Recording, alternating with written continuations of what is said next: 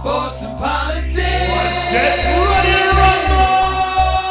You wanna talk smack? You in the right place. So take a step back before I get all up in your remember, because I don't remember. I remember every bit of this. The other dudes holding on the phone line. Your voice will be heard, sir. Next caller, please. Oh! Jerry's gonna get him. Fantasy, sports, and politics. Fantasy, sports, and politics. Fantasy, sports, and politics. Fantasy, sports, and politics.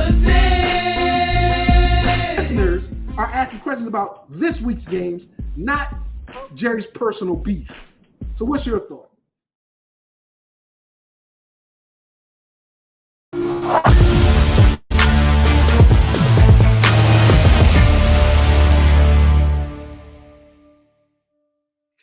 Ladies and gentlemen, boys and girls, children of all ages, welcome to Fantasy Sports and Politics. It's me, Mr. FSP. Doing what I do because I do it for you all day, every day, on the weekend as well. Merry Christmas, Happy Kwanzaa, Happy Holidays, things of that nature. Look, we're heading into 2026 in 3 days. In 3 days, a whole new year.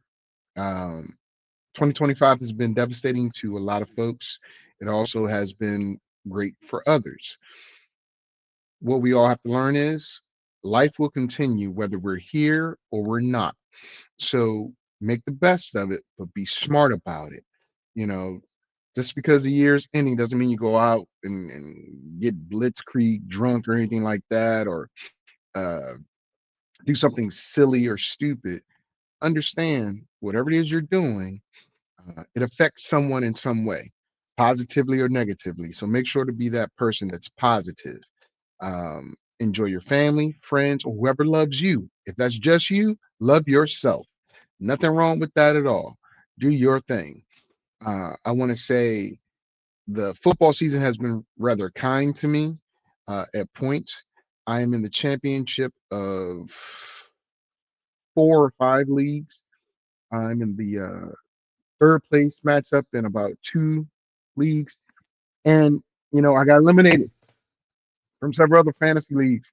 I did. My teams didn't show up. And 2 weeks in a row, I'm going to say this, 2 weeks in a row. Last week, Puka Nacua put up 85 points on me in my league. I found a way to come back. Thank you, Jesus, right? Yesterday, the Ravens decided to give Derrick Henry the ball and treat him like the royal king that he has been all season. So guess what? Yet another hurdle I have to come over with my team. Hopefully I get it. If I don't, that's fine. The person that I'm playing against, George, respectable guy, I have nothing negative to say about him. And I, you know, if he beats me in the championship in my league, that's fine. I've gone to the championship many times in my league. I've never won my league. It hurts. It hurts. And I've been doing this league for almost 20 years. I've never won my own league, but I've been to the championship many times. Hopefully this is the year, right? With that being the case, like I said, I got George I'm going against, and he's been respectable. He has been someone that follows the rules and is someone that I believe is good for business, so to speak. But we'll see what happens. Please let me beat him. I want to win this league. So let me change what I said. I've won leagues I've run before. It's just this particular one I've never won. And it hurts me to my heart because this is the one that outside of another, I'm the most active in talking in. They also know a lot of my moves because we've been playing fantasy football with each other for, oh my God, 15, 20 years. So I've tried to change it up a bit in there and do some things I normally don't do. And it gets me to the mountaintop, but somebody always plants that flag before I do. Hopefully that changes this week. But on today's show, we're going to talk about the Christmas games. We're going to talk about yesterday's Saturday games, and we're going to talk about today's games, Sunday's games. I'm also going to touch on the college football playoffs. The reason why I want to save that for last is because there's also a topic in there about Michigan that I want to discuss. Should I start with that first? Nah. Let's get to what I was last week, right? And you guys know I got to find my music, right? I got to find my music. Let me get my music. Let's get this music going. What type of mood am I in today? You know what? Let me turn this down before it hurts y'all ears and mine. Let me go. Okay. So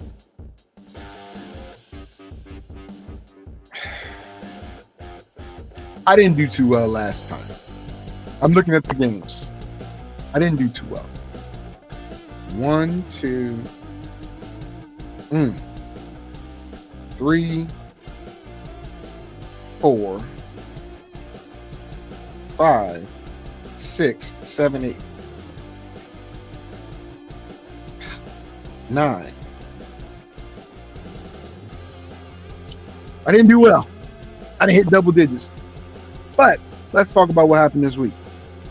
So let's start with Christmas. Travis Kelce and the Chiefs lose, right? The thing about that, Travis Kelce and the Chiefs, because it didn't say Pat Mahomes. Pat Mahomes didn't play, right? They have not been that good all year. Losing Pat made it even worse. The Broncos have a serious Super Bowl contending defense. The offense, on the other hand, not so much. When you have a quarterback for the Chiefs that played, it wasn't a pretty game. It was not. I think the quarterback threw for maybe 115 yards, maybe less, something like that.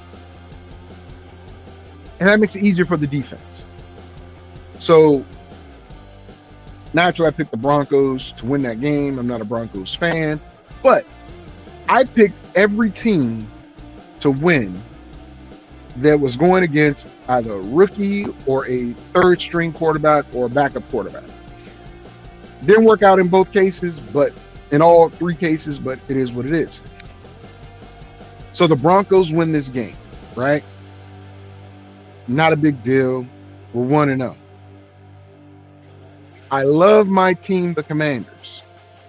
But when I learned that Josh Johnson, who's only won like maybe 4 or 5 games in his entire NFL career, was going to be the quarterback for the Commanders, I knew we had no chance. But I had already made a bet with somebody prior to learning this information. So, of course, the Cowboys win. It was close. Almost a comeback by Washington with Josh Johnson. I'm 2-0. Then the dirty dog Detroit Lions. Look, man, I know they're eliminated. I picked them to go to the Super Bowl or the Rams. I'm riding with the Rams, period, right? But I don't know what broke down with Detroit. I do know this. Ever since Amon-Ra St. Brown did that little shimmy in Washington for a certain somebody, Detroit's like 2-5. I'm not saying that's the reason why. I'm just saying whenever you do something like that with somebody like that, things like this happen. I'm just saying. We're going through it as well. But the Vikings win, Detroit loses. I'm 2-1. Now, I've told you guys, Houston was going to go on a heater. I told you guys about 5-6 weeks ago, Houston was going to win the South. Once I saw that defense step up like it did, they're dragging the offense with them. They are dragging it. The Chargers got beat. They got beat. Cameron Dicker, the kicker, missed some kicks that he normally wouldn't miss, right? Turnovers, like the last 2 minutes of the first half was crazy. Turnover. Can't score, missed field goal. You know, a lot went down. But the Texans defense stepped up. They did their thing.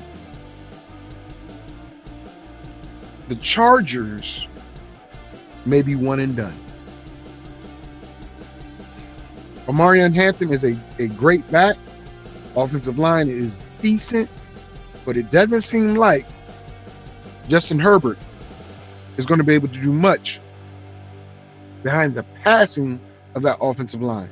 Running, they're okay, but teams know they're going to run the ball, so they load it up and dare Herbert to beat them. With Johnson, with Allen, and Ladd McConkey. Now, if you notice, Ladd McConkey has not been getting anything.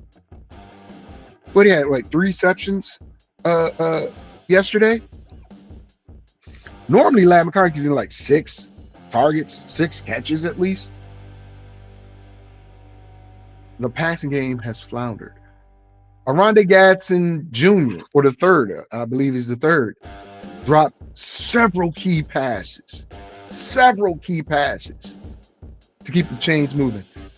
Anytime Justin Herbert has to keep running for his life and running to get first downs, and I believe he led the team in rushing, that's not a good thing. Chargers might be one and done. Texans, they're setting up that game. If Jacksonville, I believe Jacksonville has to lose. Something has to happen. But next week, Jacksonville and the Texans are for the South title. Now, both are already in the playoffs. This is to decide who's going to win the division next week. I'm telling you, Houston is on a heater. I would not be surprised. Listen what I'm saying here. I would not be surprised if Houston or Pittsburgh come out of the AFC for the Super Bowl. I would not be surprised. I didn't say Denver because I think there's some problems there in Denver. I think there is. And for all the problems Houston has, I think they are a better overall team than Denver. Denver's defense is spectacular. So is Houston's. But I like what I'm seeing out of Houston's offense. It's moving the ball. It's doing it decently. Hold up. I got a lot of people saying stuff. Okay, here we go. Autry, hello. What's going on? Super. Germany. Yeah, you're still streaming. Yes, Slurp Gang, whoever you are, I'm still streaming. Coach, he's a Cowboy fan. Coach is a Cowboy fan. And he's the guy I lost money to on my Commanders Cowboy bet. Why are you doing this to me, Coach? That's all right. Slurp Gang 6'7". It's got to be one of my students. It's got to be one of my students. Yankees? I don't care about the Yankees. I'm going to put that 6'7" stuff up there. All right. Jason, what's up? How you doing, Jason? Thanks for showing up. I appreciate you. All right, let me get back to my analysis real quick. I had a feeling some people were saying some stuff, so I had to jump over here real quick. All right. Like I said, the Texans got them going to the Super Bowl, if not Pittsburgh. I don't believe the Patriots are going to sustain all the way through. Buffalo is the most experienced team in the playoffs right now. Think about it.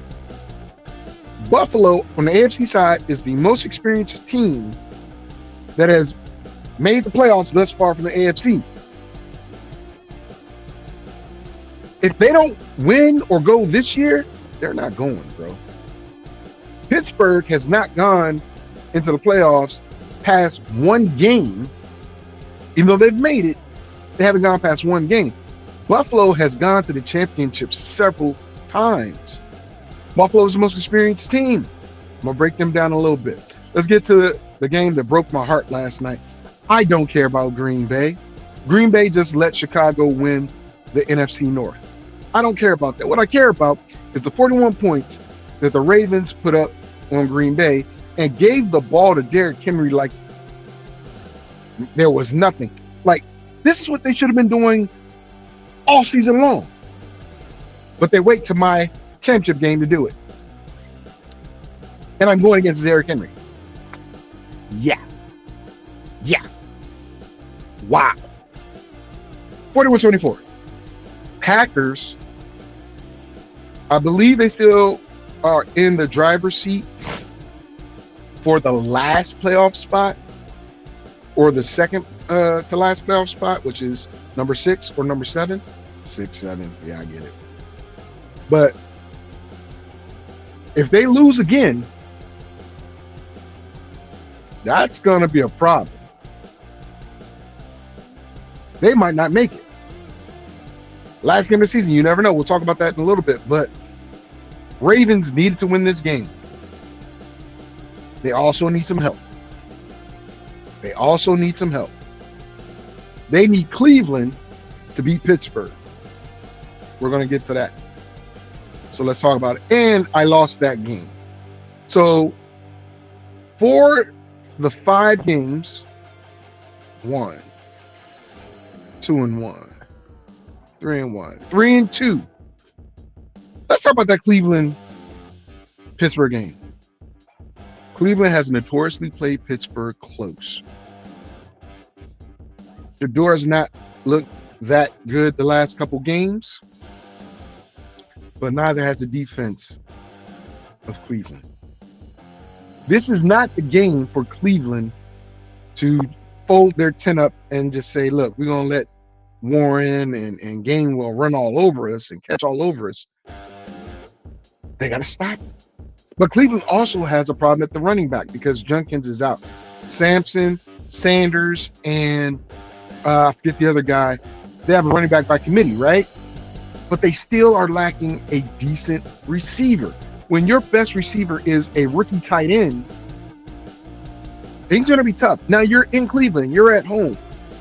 Great opportunities, right?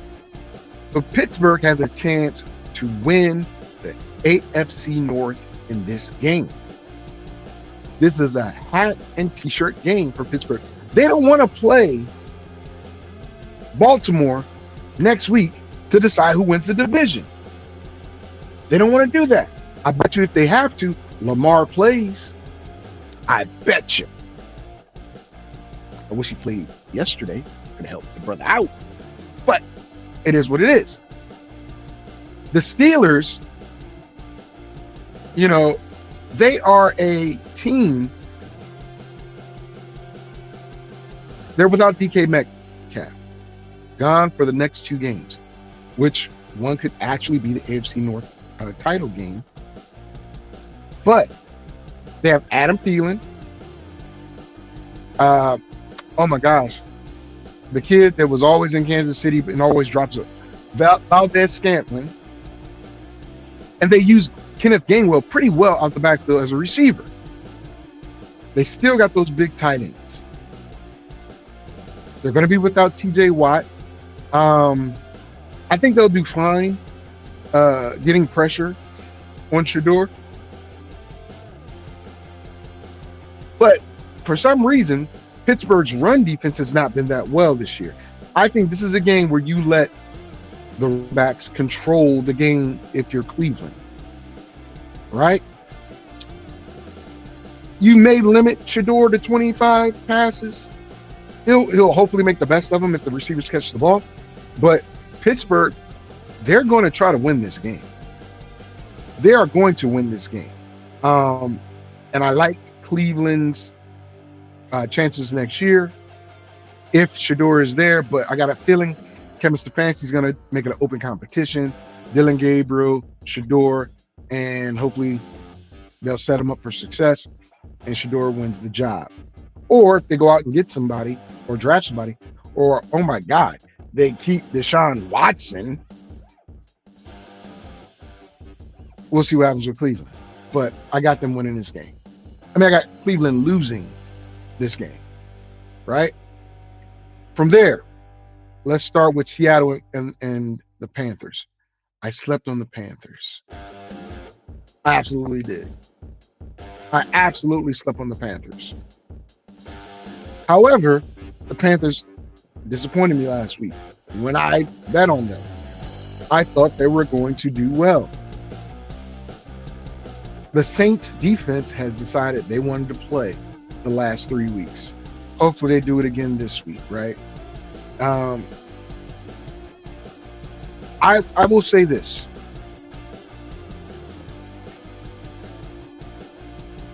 If the Carolina Panthers are for real, this is not the game to prove it, but you need this game to take a strong, commanding lead and control of the AFC South. You win this game, Tampa's going to need some more help, right? But Seattle, they started to run Walker more. They get it. It's cold. Nobody wants to hit a big 220-something pound bat in the hole, and they're throwing the ball. Zach Charbonnet, he vultured 1 or 2 touchdowns, I believe, over the past couple weeks, but he has not been that big of a factor as Kenneth Walker has been the main guy. Couple that with the defense, it's wild. But this game is in North Carolina. It's on grass. I don't know what the turnout's going to be. I don't know if it's going to be a lot of people or little people. I don't know. I just know that in this game, Seattle has got to come out, establish its dominance quick, because both teams have strong defenses. Seattle has the far better offense, but if their defense, if the Carolina Panthers defense steps up and starts doing what it has done over the past 4 or 5 weeks, it's going to be problems for Seattle. I'm picking Seattle because this is a game they should win. They should win. Let's go with Seattle. Next game on the docket. Let's travel to Cincinnati, y'all. Arizona taking on Joe Burrow, Jamar Chase, T. Higgins, Mike Gesicki, and Chase Brown. I've been calling this dude Chris Brown forever, right? I'm like, he look like Chris Brown, but Chase Brown.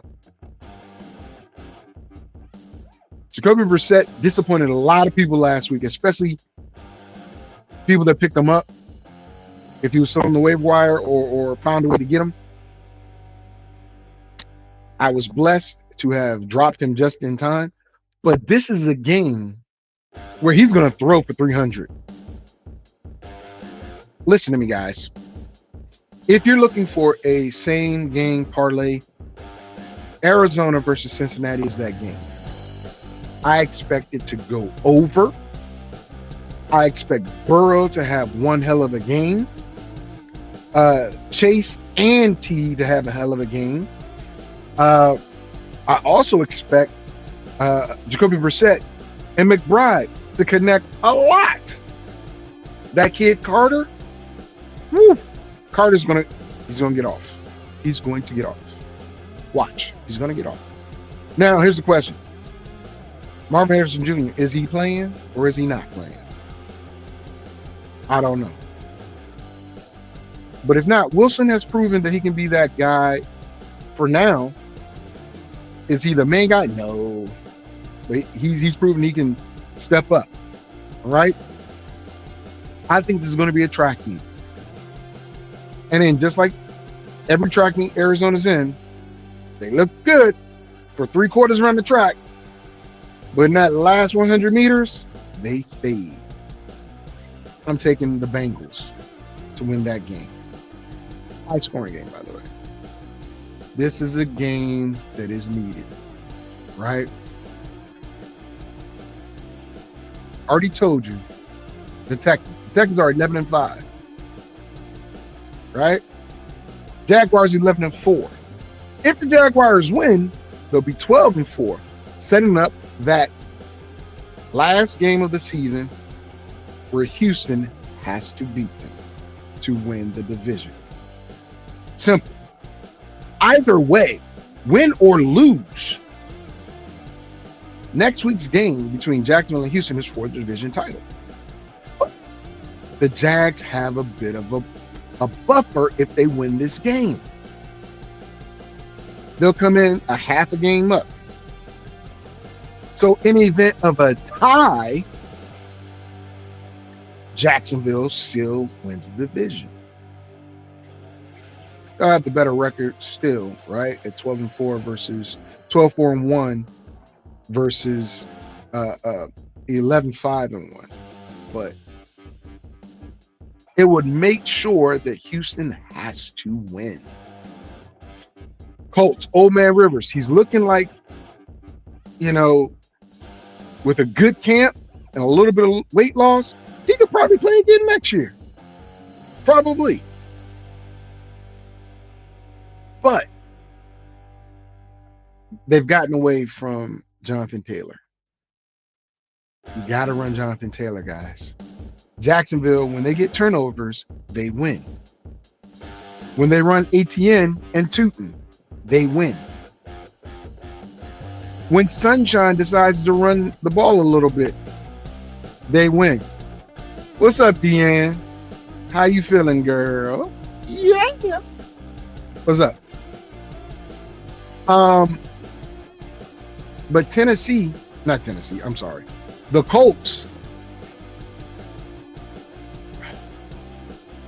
they're out the playoffs, right? They can't win the division. They're not gonna look. Even let's say they win these next two games, 10-7, they're not making the playoffs in the AFC, unless they were in the AFC North.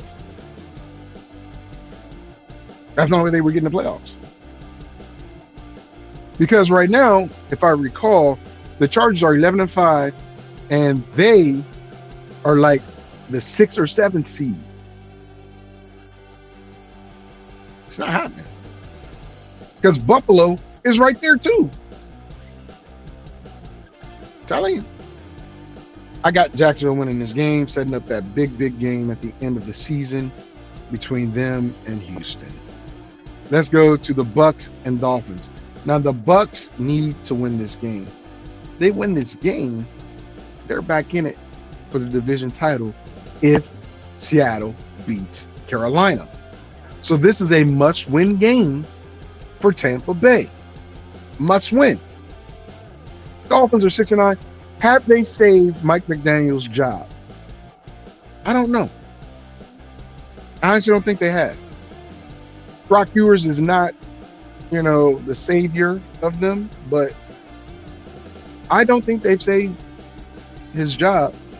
Tampa wins this game, and it's going to come down to whatever it is, the last game of the season, between Tampa Bay and Carolina to win that division.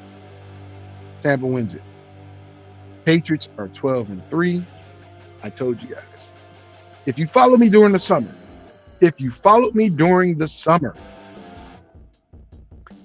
people laughed. Certain people, several people, and said, "You out of your mind. Patriots aren't going to win nothing." I said they will win between 9 and 10 games. They've gotten 12 already. I also said the Jets will be a lot better than what they are. So take that with a grain of salt, right? 12-3 versus 3-12. I can't tell you how important this game is for Aaron Glenn. I don't think Aaron Glenn gets fired. No. I think he needs this win to give some confidence to this team and say, look, the Patriots turned it around in a year. they build champions in New England. Let's build a champion here by knocking these guys off. They haven't won the division title yet, but if they win this game, I think they're one more game closer, and I think they do win, regardless of what Buffalo does. I gotta look at the records, but I think Buffalo is 11-4, and Patriots would be 13-3. So we'll see. Because if they become 12-4 and Patriots are 13-3, it's still a 1-game difference. And I can look ahead to see who they play at the end of the season to decide who's going to win the division. But the Patriots win. They beat the Jets. Plain and simple. Plain and simple. This game right here, two teams I don't like. But I'm finding out, thanks to Lamar not playing, my fantasy hopes in my league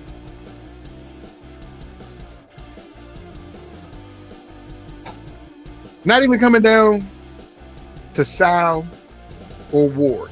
I am not picking Ward up. I refuse to do it. And with the way the Saints defense has been playing, it wouldn't be smart to do so. But the Saints and Titans, even though these teams are bad, Saints are 5-10, Titans are 3-12. Both teams have been playing very good lately. Very good lately. And with the Saints, Sal has started to look like a really good quarterback. Now, Chris Olave, he's questionable, nicked up, might not play.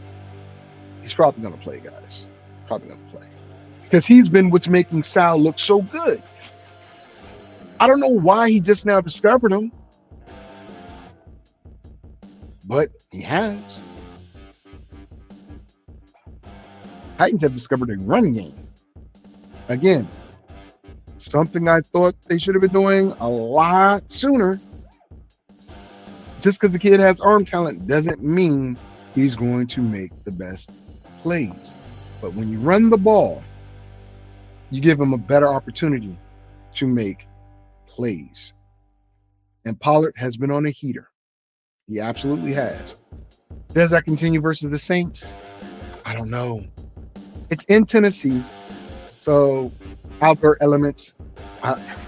Tough game, even though who really cares game, but it's a really good game. It's tough. I'm going to go with the Saints. Tough matchup, though. Giants and Raiders. Here's where I was going with this, guys. Since Lamar didn't play yesterday, the waiver wire is scarce at this point. And in my league that I run, you start 2 quarterbacks. And I have a rule. You cannot hold more than 2 active quarterbacks on your roster. Now, if one's on IR and you grab, another, that's fine. But you can't have 2 active. I was holding out hope, y'all. I was holding out hope that he would give it a go. He didn't. And someone picked up Sal because I wanted to get Shuck. I should say Shuck. And because that's what I wanted to get. I ended up getting Geno. I have to trust Geno versus the Giants. 2-13 versus 2-13, and the loser gets the first overall pick. They shut down Max Crosby. That's a hint. They're not trying to win. But I need Geno to give me a decent game. I do. So with that being said, I actually think the Giants overall completely are the way better team. Way better team. So unless the Raiders are just going to literally lay down, I don't even know if this is on the daggone betting sheet, because somebody's going to lay down to get the first overall pick. Giants don't need it. Get the number 2 pick is good because they've already got a good nucleus. I'm just saying. Raiders, do something for a brother. Shake something for a brother, please. I'm picking the Giants, though. All right, next game, Eagles and Bills. Look, like I said, the Eagles are 11-4. I mean, not the Eagles. Eagles have won the division. Buffalo Bills are 11-4. They need this game. They need this game to make sure that the Patriots don't win the division. Remember, New England's split with Buffalo, right? Point differential, I think Buffalo has they won by 1 more point than New England did when they played the second time. So it's going to come down to the final week. If Buffalo can beat Philly. Philly has some problems, but this game, I believe, is in Buffalo. Let me make sure. It's in Buffalo. It's in Buffalo. The Bills need to win. Philly doesn't. Philly doesn't. But if you want to use week 18 as a rest week or a bye week for your players, Philly, you win this game. If not, you're probably going to play them for a half, week 18, and then get ready for the playoff game, which is going to be the following Saturday. I mean, stakes are high for both teams. You win the game, you get probably the 2 or 3 seed, right? Because right now, Seattle, and you can't have not 2 or 3. I'm sorry, the 5 or 6, right? The 5 or 6 seed. If you're no, you can get the 2 seed because you're Philly. Philly won the division. If Seattle loses and the Rams win, right? You hold the tiebreaker over the Rams if you're Philly. And you get the number 1 seed.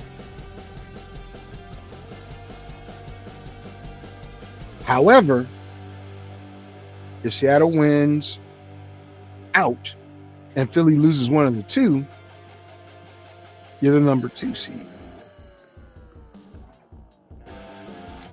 Right now, as we speak, Chicago's the number 1 seed. Not going to remain that way. It's not going to remain that way. Right?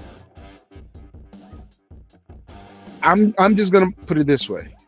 I think Buffalo wins this game because they have to win this game. Not because they're that much better than Philly, but because they have to, and they're playing in Buffalo.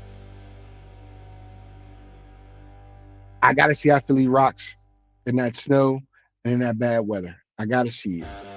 If they don't do as good as I think, I'm sorry. Buffalo wins, and Philly, you're not going back to Super Bowl. I already said you're not. But that's going to be my thing. I think Buffalo wins this game. Right? Let's move on. Sunday night, Bears, 49ers. Now, the Bears have already won the NFC North.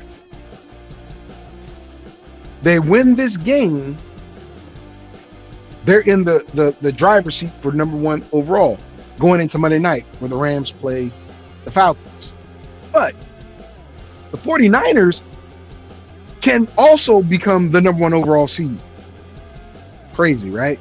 So Seattle, the Rams, or the 49ers can be the number 1 seed. Carolina beats Seattle, right? The Falcons beat the Rams. 49ers beat the Bears. 49ers are the number 1 seed going into the last week of the season. Crazy. I know. The Bears, they could be playing for the number 1 overall seed, but they're in San Fran on the road. They're down their 2 receivers. I think Burton comes back. Luther Burton comes back this week, but Rome is out. Personally, I'm playing Caleb for a half, seeing how that half goes.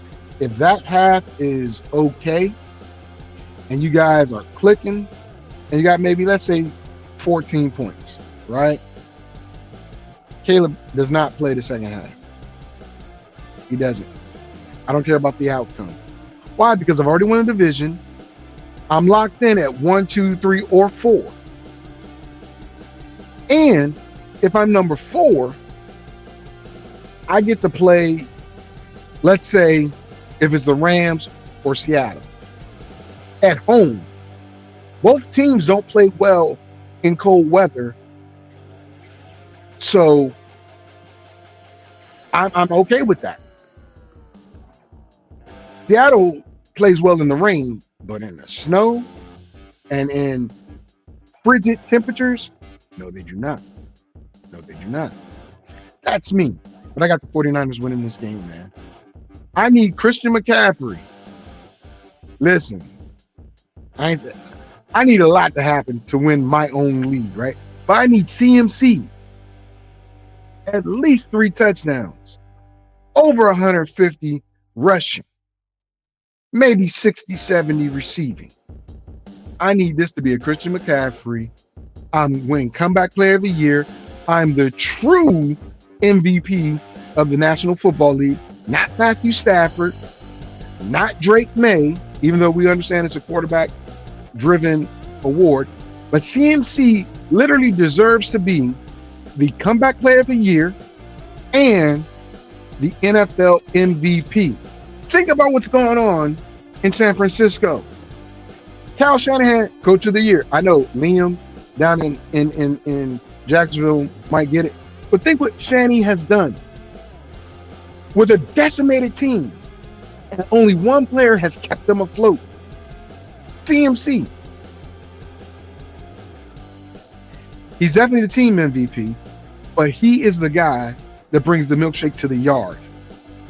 He's the guy that has been keeping freaking San Fran relevant.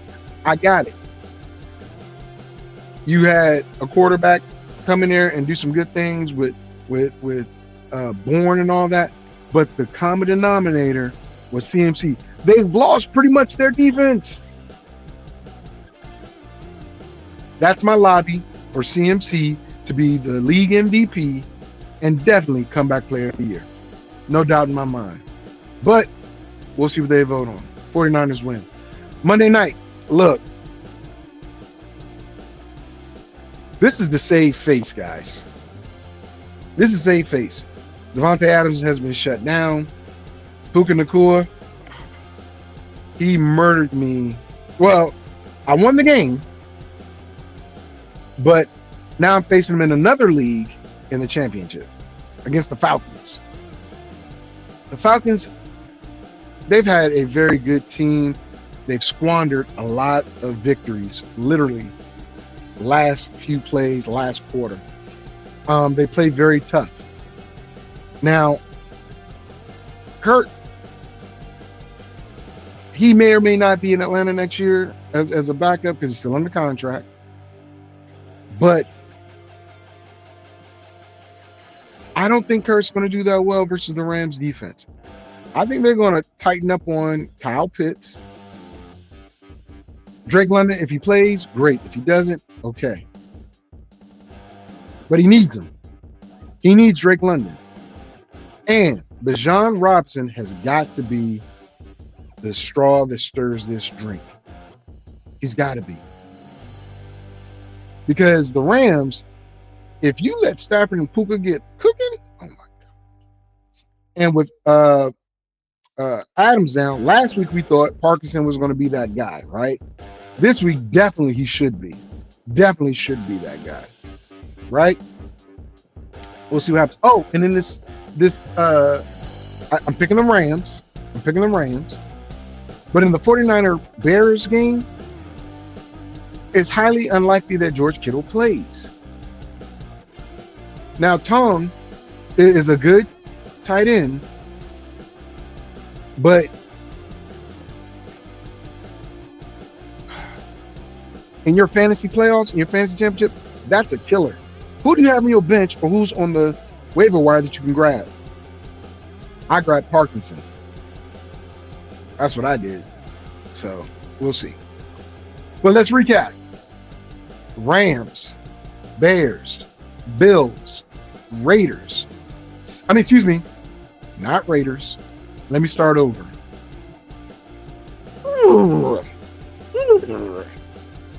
Let's run it back. Recapping. I picked the Rams, I picked the 49ers, I picked the Bills, I picked the Giants, the Saints, the Patriots, the Buccaneers, Jaguars, Steelers, Bengals, Seattle. And I had already picked the Packers, so I lost that one. Picked the Texans, won that. Picked the Broncos, won that. Picked the Lions, I lost that. Picked the Cowboys, I won that. So those are my picks for Week 17 in the NFL. Look, it's all fun and games until somebody gets hurt, right? All fun and games. Protect yourselves in Week 17, NFL players, because if you're going to the playoffs, you got a lot to play for. If you're playing in your fantasy championship, don't overthink it. Don't overthink it. I'm telling you, if you are on the fence like me, I had to put in Geno. Lamar's been carrying my team along with, the rest of my team. I got to depend on Geno. I think I overthought it. I should have dropped Lamar and took the chance, took the gamble, and picked up Sal, because I think Sal's going to have a very good game versus Tennessee, even though the defenses are strong. Geno versus the Giants was my backup because I'm like, both teams,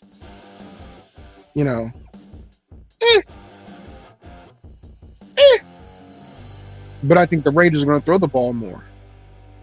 I think. But don't overthink it, guys. Don't overthink it. With that, I wish you all luck in your fantasy football championships. It's not like you got lots of money on it. Maybe you do. But let's talk about something serious, guys. I got to put on some troubling music for this one.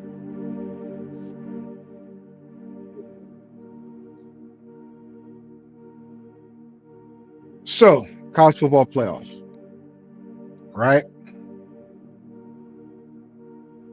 You had Miami upset Texas A&M.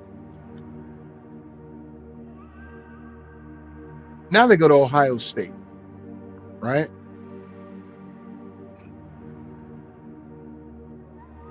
This is going to be wild. It's going to be wild. I've got to tell you,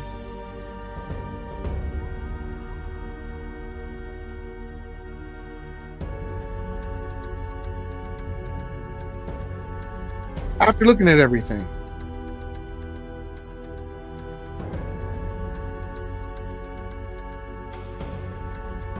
I really think Miami has a shot at beating Ohio State. I know it sounds crazy. I know. I really think they do.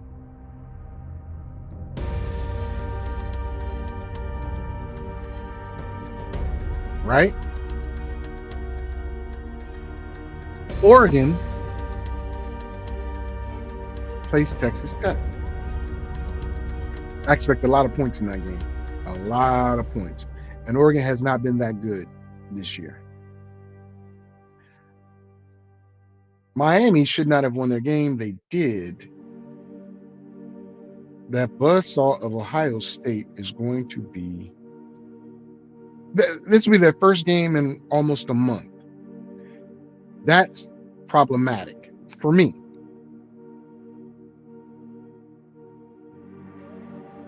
The reason why it's problematic is because how much rust will they have to knock off? How much? I don't know.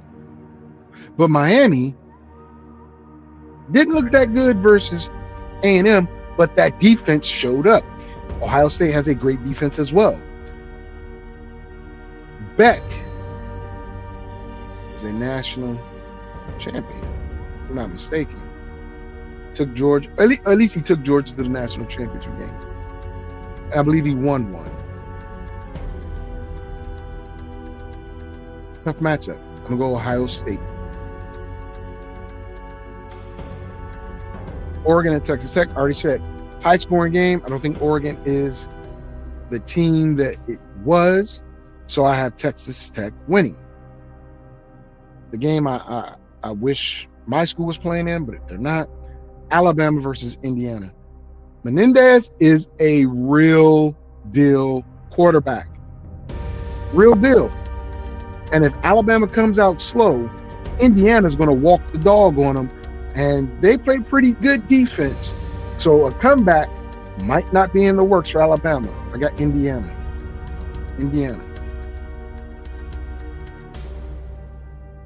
Ole Miss versus Georgia. Look, guys, let's keep it a buck. Ole Miss is very good. I think the interim coach has done a good job. I did notice the play calling was slightly different. You know, Lane Kiffin, not on that sideline. He's in LSU, didn't coach or help coach that team last night. But there was a slight difference in that offense. Slight difference. Georgia is not that big powerhouse that it was, because I'm not sold on their quarterback, but I'm sold on the team. Right? This is the Sugar Bowl. There are going to be more fans from Georgia than Ole Miss, I think. And I think that's going to be the edge. I really do. Georgia fans travel. They travel. And I think it's going to be like a home game for Georgia. I got Georgia winning the game. Well, that brings me to the issue. So, online, I have a clip on my TikTok and my Instagram and all that about Sharon, Sherrone, More. The AI picked up Jerome, but I said Sharon, right? I spelled it out. Sherrone. And a lot of folks are either with it or against it, right? And I want to say this.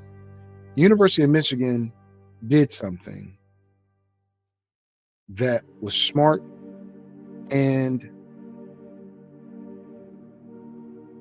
I'm not going to say bold, but they hired a 66-year-old coach that just stepped away from Utah. He's won at every level. Michigan has a lot of sanctions on them right now and next year. They're still getting commits, but they hired a guy that is safe. And put it this way. If they decide to terminate this guy's contract within a year or two, it's fine, because he was already ready to leave college football. He stepped away from Utah way before this situation came up. He said, this is going to be my last season, so on and so forth.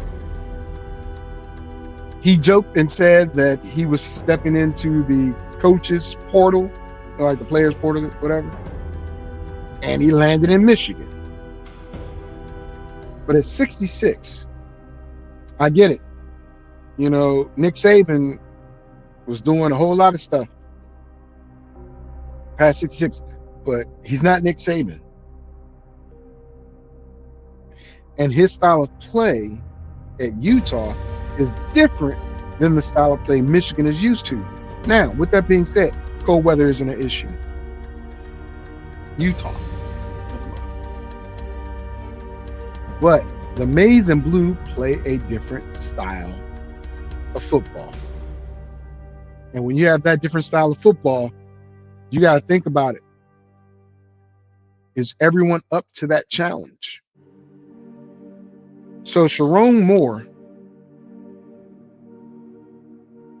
he'll fade off into the darkness, right? I'm not going to talk about his ethnicity being, one of those things where it says, okay, well, it is the black man wrong. Look, man, when you're in that powerful position, I don't care if you're married to a white, black, red, yellow, it doesn't matter to me. When you put yourself in that position or get yourself in that position, and then you put yourself in that position, it does affect other coaches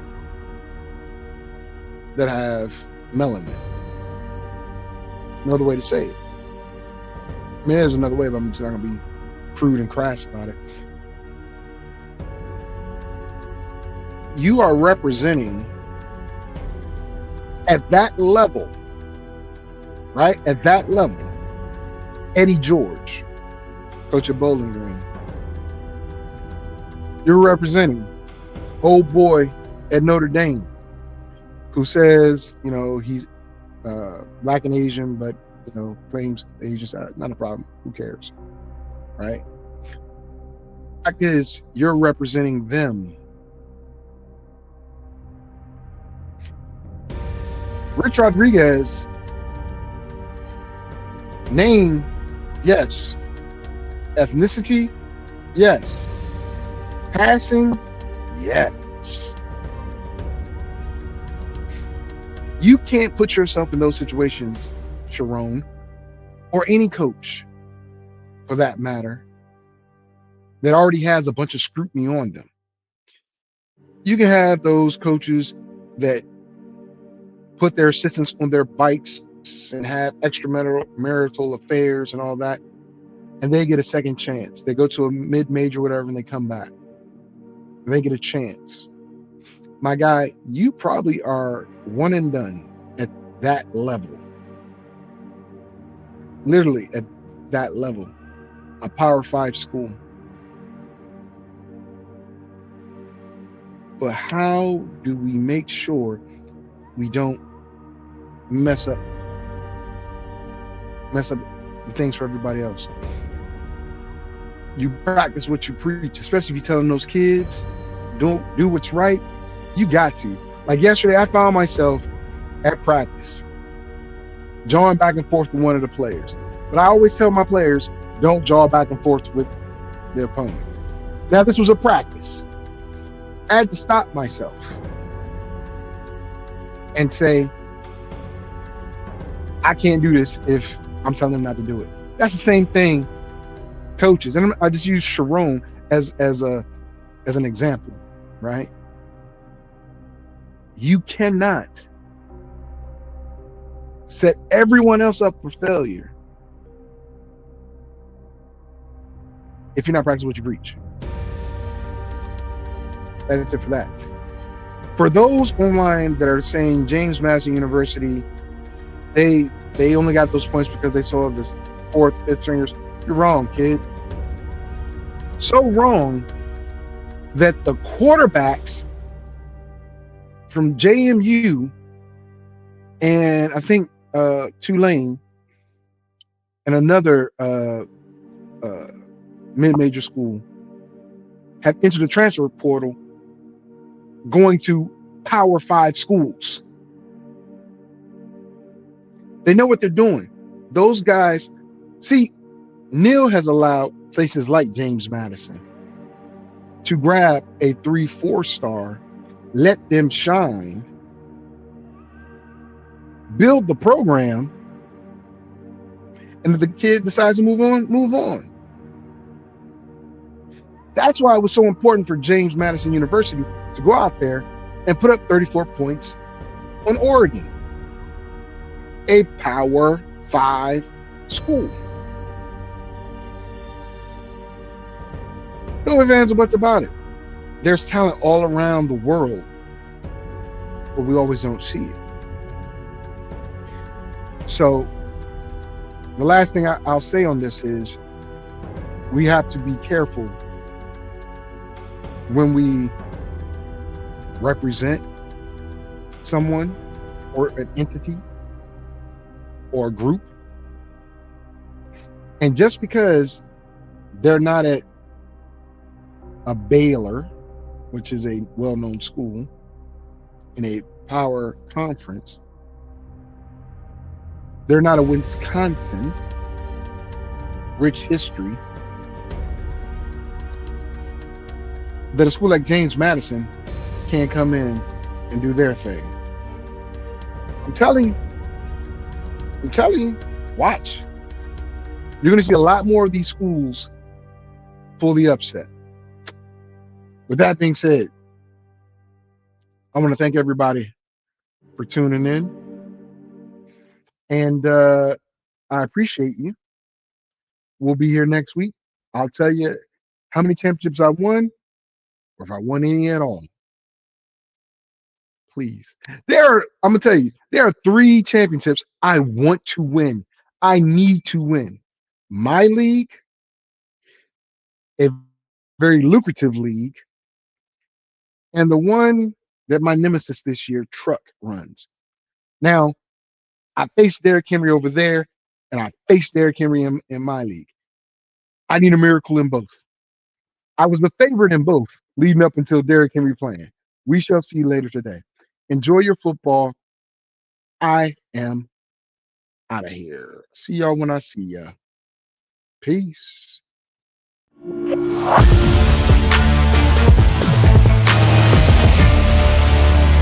Fantasy, sports, and politics. Get ready to rumble! You wanna talk smack? You in the right place. So take a step back before I get all up in your Remember, because I don't remember. I remember every bit of this. You're the dudes holding on the phone line. Your voice will be heard, sir. Next caller, please. Jerry's gonna get him. Fantasy, sports, and politics. Fantasy, sports, and politics. Fantasy, sports, and politics. Fantasy, sports, and politics. Listeners are asking questions about this week's games, not Jerry's personal beef. So what's your thought?